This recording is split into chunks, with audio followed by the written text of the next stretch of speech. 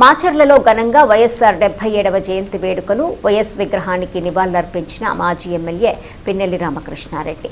తెలుగు ప్రజల గుండెల్లో చిరస్థాయిగా నిలిచిపోయిన మహానేత, ప్రజానాయకుడు, దివంగత ముఖ్యమంత్రి డాక్టర్ వైఎస్ రాజశేఖర రెడ్డి 77వ జయంతి సందర్భంగా మాచర్ల పట్టణంలో వైఎస్ఆర్ కాంగ్రెస్ పార్టీ ఆధ్వర్యంలో ఘనంగా వేడుకలు నిర్వహించారు.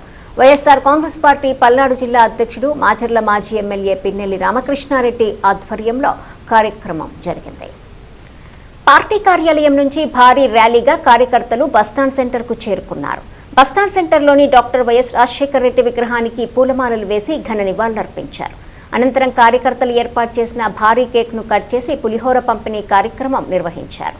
మాజీ ఎమ్మెల్యే పిన్నెల్లి రామకృష్ణారెడ్డి వ్యాఖ్యలు డాక్టర్ వైఎస్ రాజశేఖర రెడ్డి ప్రజల మనసుల్లో చెరగని ముద్ర వేసిన మహానేత అని కొనియాడారు.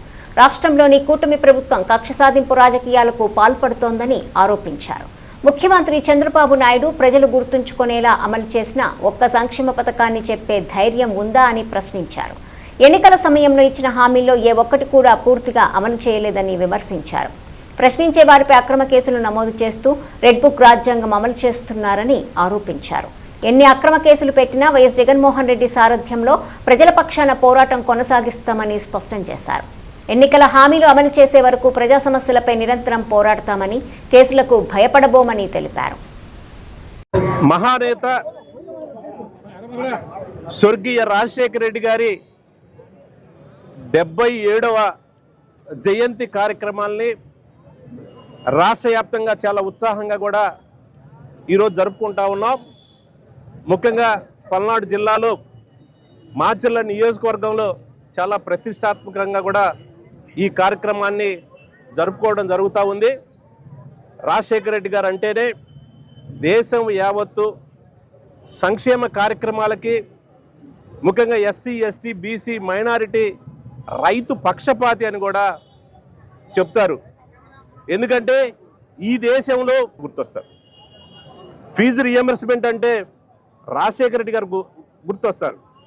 ఆరోగ్యశ్రీ కార్యక్రమం అంటే దేశం యావత్తు రాజశేఖర రెడ్డి గారు ప్రవేశపెట్టిన ఆరోగ్యశ్రీ కార్యక్రమం పేద వర్గాలకి ఎలా ఉపయోగపడిందో ఈరోజు ఆయన ఆదర్శంగా తీసుకొని దేశవ్యాప్తంగా కూడా ఆ కార్యక్రమాన్ని అమలు చేసిన పరిస్థితి. ఈరోజు ఆయన బాటలోనే ఆయన సంక్షేమ కార్యక్రమాలు ఏదైతే కొనసాగించాలని, పేద వర్గాలకు న్యాయం చేయాలంటే ఖచ్చితంగా రాజశేఖర రెడ్డి గారి బాటలో ఆయన ఆశయాల కోసం పనిచేయాలని ఈరోజు వైఎస్ఆర్ పార్టీ జగన్మోహన్ రెడ్డి గారి నాయకత్వంలో ముందుకు వచ్చిన తర్వాత ఆ సంక్షేమ కార్యక్రమాలు కొనసాగిస్తూ జగన్మోహన్ రెడ్డి గారు వచ్చిన తర్వాత ఈరోజు సంక్షేమ కార్యక్రమాలు అంటేనే రాజశేఖర రెడ్డి గారి కుటుంబం గుర్తుంచుకునే విధంగా, పేద ప్రజలు గుర్తుంచుకునే విధంగా ఈరోజు అమ్మఒడి కానీ, రైతు భరోసా కానీ, చేయూత కానీ, ఈరోజు డ్వాక్రా అక్కచెల్లెలను ఆదుకునే విషయం కానీ, వాహన మిత్ర కానీ, చేనేత కార్మికులను ఆదుకునే విషయం కానీ